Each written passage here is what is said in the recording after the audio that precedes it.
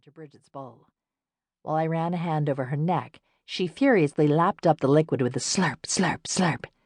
Blast shoved his face into the bowl next to hers to get at the water, too. Seth held up a hand to stop the line of people streaming through the gate. "Give us just a second, folks."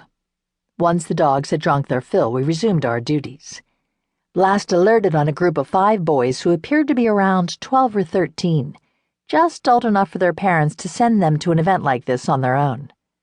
Seth rewarded Blast's efforts with a "good boy" before turning to the bad boys. "You boys got fireworks on you?" "Yeah," one said. He reached into his pocket and pulled out a handful of black cats, opening his palm to show them to Seth. "Sorry, buddy," Seth said. "I'm going to have to take those."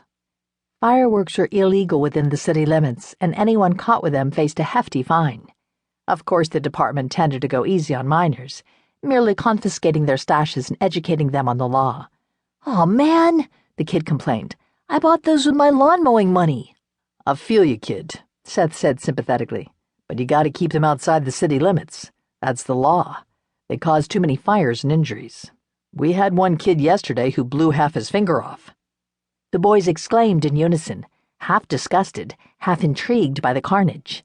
I wasn't sure if Seth's story was true, but even if it wasn't, it could be. "Tell your parents, okay?" Seth added. "They could be fined a lot of money if the fire department fined y'all with fireworks again." "Okay," the kid muttered. All of the boys emptied their pockets, and Seth added the take to the fireproof bin he'd brought to collect the contraband. "Cool dogs," one of the boys said, eyeing Brigit and Blast, his resentment evaporating as fast as his adolescent sweat. Seth reached into a pocket on his cargo pants and pulled out a trading card that featured a photo of Blast and some details about him. He held it out to the kid. "Would you like one of Blast's trading cards?" The boy took the card. "Cool!" The others clamored for cards. "I want one! I want one!" Seth distributed cards among the boys. I, too, had a pocket full of cards made with Brigit's photo and details on them, including the fact that she'd been recruited from the City Pound after impressing her first handler with her high energy and intelligence, 2 traits critical for a successful K9. The card also noted that she'd graduated at the top of her training class, valedictorian. The boys left without their fireworks, but at least they now had souvenirs to take home with them. A few minutes later, a bosomy woman with hair the color of canned peaches approached.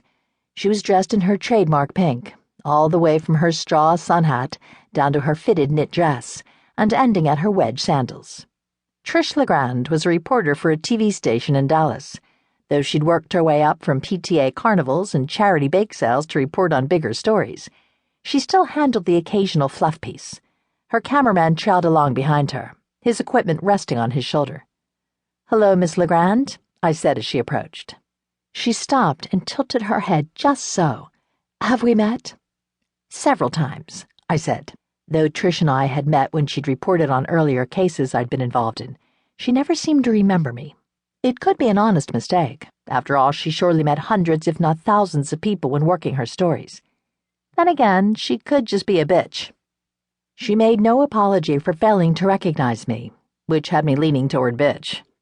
Instead, she eyed Seth, running her eyes over his broad, well-muscled shoulders and firm pecs under the thinly veiled guise of reading his Bomb Squad t-shirt. She gushed in her breathy voice, "I'd love to get some footage of you. I bet you would." I stepped back to allow Trish with her cameraman to make stars of Seth and Blast. Who was I to stand in the way of their 15 minutes of fame? Trish scooted up next to Seth, draping a hand over his shoulder and smushing her boobs against his upper arm.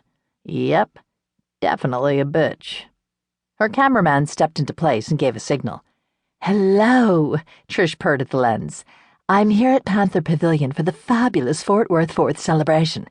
As you can see, we're in very good hands here. To ensure no illegal fireworks make their way into this family-friendly event, the Bomb Squad has its best 2-footed and 4-footed team members on duty."